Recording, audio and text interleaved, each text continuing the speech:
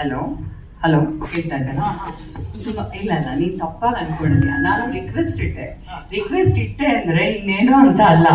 ನಾವು ಪತ್ರಿಕೋದ್ಯಮದಲ್ಲಿ, ನಮ್ಮ ಇಡೀ ಕುಟುಂಬ ಪತ್ರಿಕೋದ್ಯಮದಲ್ಲಿ ಇದ್ದೇ ಊಟ ಮಾಡಿರೋರು. ನನ್ನ ಮದರ್ ಇಂದ ಡಾಕ್ಟರ್ ವಿಜಯಮ್ಮ ಅವರು ಐ ಥಿಂಕ್ ಒಂದು ಮೋರ್ ದನ್ 40-50 ಇಯರ್ಸ್ ಆ ಕಾಲದಿಂದ ಪತ್ರಿಕೋದ್ಯಮದಲ್ಲಿ ಇದ್ದವರು, ಎಡಿಟರ್ ಆಗಿದ್ದವರು, ಬೇರೆ ಬೇರೆ ಫಿಲ್ಮ್ ಜರ್ನಲಿಸ್ಟ್ ಆಗಿದ್ದವರು, ಬರಹಗಾರ್ತಿ ಎಲ್ಲ. ಸೊ ಪತ್ರಿಕೋದ್ಯಮದಲ್ಲಿ ಇದ್ದೇ ನಮ್ಮ ಇಡೀ ಕುಟುಂಬ ಊಟ ಮಾಡ್ಕೊಂಡ್ ಬಂದಿದೆ. ತುಂಬಾ it's a very powerful medium.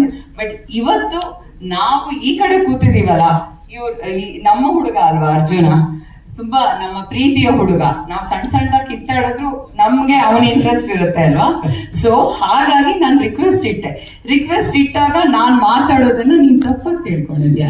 ಇಲ್ಲ ನನಗೆ ಗೊತ್ತು, ಜೀವನ್ ಬಗ್ಗೆ ಎಲ್ಲರ ಬಗ್ಗೆ ಗೊತ್ತು. ಇನ್ನೊಂದು ಏನು ಅಂತಂದ್ರೆ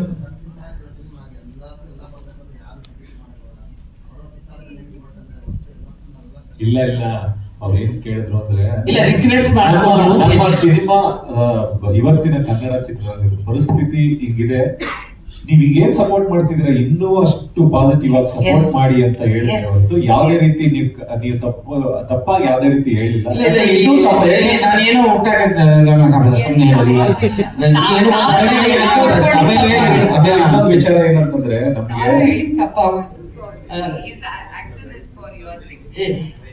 ಕಷ್ಟದ ಸ್ಥಿತಿನಲ್ಲಿ ರಿಕ್ವೆಸ್ಟ್ ಇಟ್ಟಿದ್ದು ಅಷ್ಟೇ. ಇಲ್ಲ, ನಾನು ಏನು ಹೇಳಕ್ ಹೋದೆ ಅಂತ ಸಮಪ್ ಮಾಡಕ್ ಹೋದೆ ಅಂತಂದ್ರೆ, ಲಕ್ಷ್ಮೀ ಪುತ್ರ cinema it demands the support and it definitely proves it's A best film. So ನನಗೆ ಅದ್ರ ಬಗ್ಗೆ ಒಂದು ಸಣ್ಣ ಡೌಟ್ ಇಲ್ಲ, ಯಾಕಂದ್ರೆ ಈ ಸಿನಿಮಾ ಖಂಡಿತವಾಗ್ಲೂ ಪ್ರೂವ್ ಮಾಡುತ್ತೆ. ಆಮೇಲೆ ನಾನು ಪಕ್ಕದಲ್ಲಿ ಕೂತಿದ್ದಾನಲ್ಲ, ಇವನಂತೂ ದೊಡ್ಡ ಸರ್ಪ್ರೈಸ್ ನನಗೆ. ಕಾಮಿಡಿ ಕ್ಯಾರೆಕ್ಟರ್ಗಳಲ್ಲಿ ಬೇರೆ ಬೇರೆ ರೀತಿ ನೋಡಿದ್ದೀನಿ, ಕಿರಾತಕ ಅಂತ ನೋಡ್ಕೊಂಡು ಬಂದಿದ್ದೀನಿ.